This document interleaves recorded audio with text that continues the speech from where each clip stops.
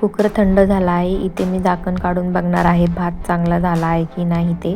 इथे बघू शकता तुम्ही भात एकदम मस्त मोकळा सुटसुटीत झालेला आहे आणि भाताचा सुगंध देखील छान सुटला आहे. नमस्कार मंडळी, स्वागत आहे तुमचं कुक विथ आरती या मराठी रेसिपी चॅनलवरती. आज आपण बनवणार आहोत सोयाबीन व्हेज पुलाव. त्यासाठी लागणारे साहित्य बघूयात. इथे मी 2 छोटे कांदे उभे चिरून घेतले आहेत. 1 मोठा टोमॅटो उभा चिरून घेतला आहे. हिरवी कोथिंबीर कापून घेतली आहे. थोडासा पुदिना, आलं, लसूण आणि थोडंसं खोबरं हे ठेचून घेतलं आहे. तुम्ही इथे याची मिक्सरमध्ये पेस्ट देखील करून वापरू शकता. पुलाव बनवण्यासाठी इथे मी 1 पावशेर बासमती तांदूळ घेतला आहे. तो स्वच्छ धुवून 15 ते 20 मिनिटे पाण्यामध्ये भिजत ठेवला आहे. आणि सोयाबीन 1 वाटी घेतलेले आहेत. ते देखील मी गरम पाण्यामध्ये थोडंसं मीठ टाकून पाण्यामध्ये भिजवून घेतले आहेत. 15 ते 20 मिनिटे भिजल्यानंतर ते असे फुगलेले आहेत. इथे तुम्ही बघू शकता. आता आपण रेसिपीला सुरुवात करूयात. इथे मी गॅसवर कुकर गरम करायला ठेवला आहे. त्यामध्ये अंदाजे 2 चमचे तेल घातलं आहे. तेल गरम झाल्यानंतर त्यामध्ये 1 चमचा मोहरी आणि 1 चमचा जिरे टाकणार आहे आणि ते चांगलं तडतडू देणार आहे.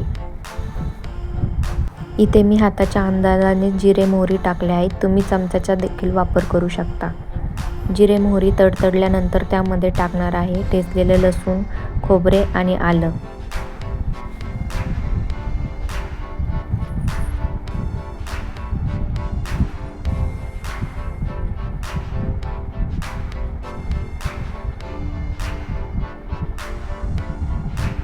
आणि हे सर्व चांगलं लालसर होईपर्यंत भाजून घ्यायचं आहे.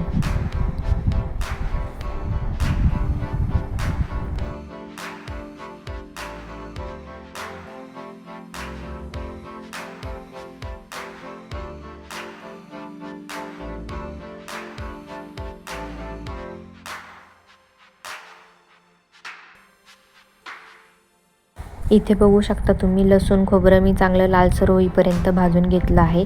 ते भाजून झालं की त्यामध्ये टाकणार आहे उभा चिरलेला कांदा.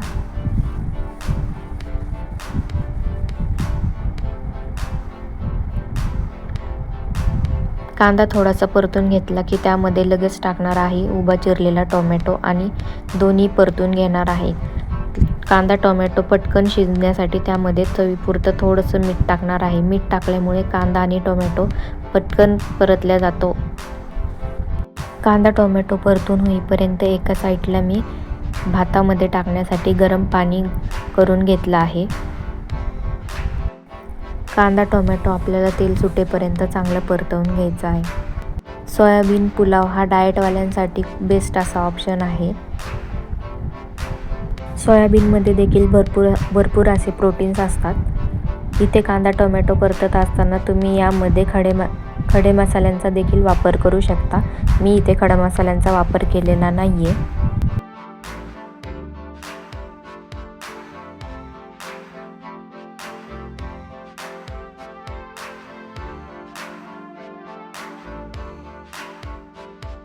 इथे तुम्ही बघू शकता कांदा टोमॅटो चांगलं परतून झाला आहे. त्याला तेल देखील सुटलेलं आहे. हे परतून झाल्यानंतर त्यामध्ये आपण टाकणार आहोत भिजवलेले सोयाबीन आणि ते चांगले मिक्स करून घेणार आहे.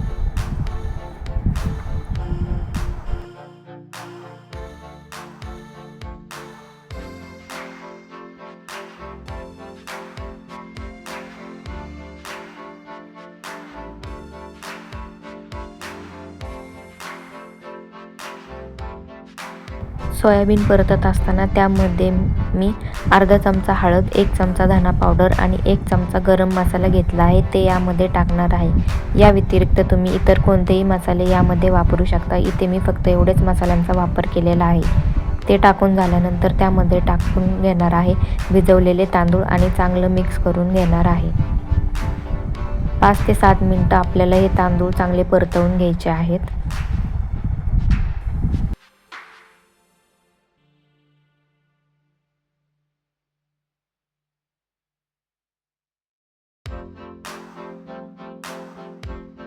तांदूळ परतवून झाल्यानंतर त्यामध्ये टाकणार आहोत गरम केलेलं पाणी. इथे गरम पाण्याचाच वापर आपल्याला करायचा आहे, थंड पाण्याचा वापर करायचा नाही आहे. त्याने भाताला चांगली टेस्ट येते आणि तांदूळ पाण्यामध्ये बुडेल इतकंच पाणी आपल्याला भातामध्ये घालायचं आहे.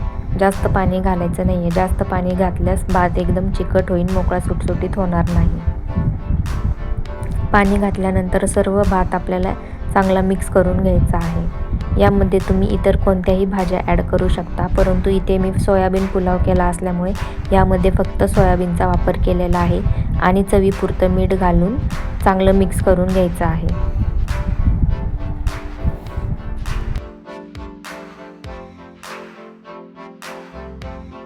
चांगलं मिक्स करून झाल्यानंतर त्यामध्ये घालणार आहे थोडासा पुदिना आणि बारीक चिरलेली कोथिंबीर आणि परत एकदा मिक्स करून घेणार आहे. आणि भात आपला मोकळा सुटसुटीत होण्यासाठी त्यामध्ये अर्ध लिंबू पिळून इथे मी घालणार आहे.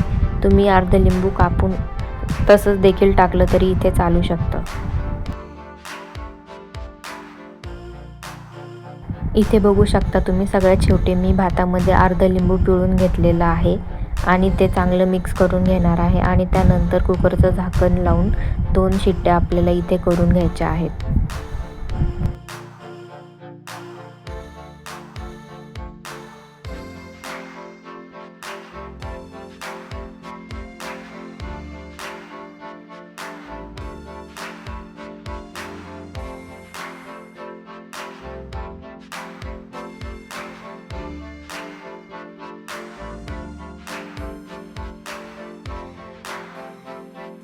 इथे मी कुकरच्या 2 शिट्ट्या करून घेतल्या आहेत. आता कुकरचं झाकण काढून बघणार आहे की भात कसा झाला आहे ते. कुकरचं झाकण काढल्यानंतर भाताचा एकदम मस्त असा सुगंध सुटलेला आहे, इथे बघू शकता तुम्ही. आणि भात देखील एकदम मोकळा सुटसुटीत झालेला आहे, अजिबात चिकट झालेला नाही आहे. अशा पद्धतीचा सोयाबीन पुलाव तुम्ही बनवून बघा. पुदिना टाकल्यामुळे भाताला एकदम छान असा सुगंध सुटलेला आहे आणि खायला देखील अगदी टेस्टी झालेला आहे. तयार आहे आपला सोयाबीन व्हेज पुलाव. रेसिपी आवडल्यास व्हिडिओला लाईक, शेअर, कमेंट आणि चॅनलला सबस्क्राईब करायला विसरू नका. धन्यवाद.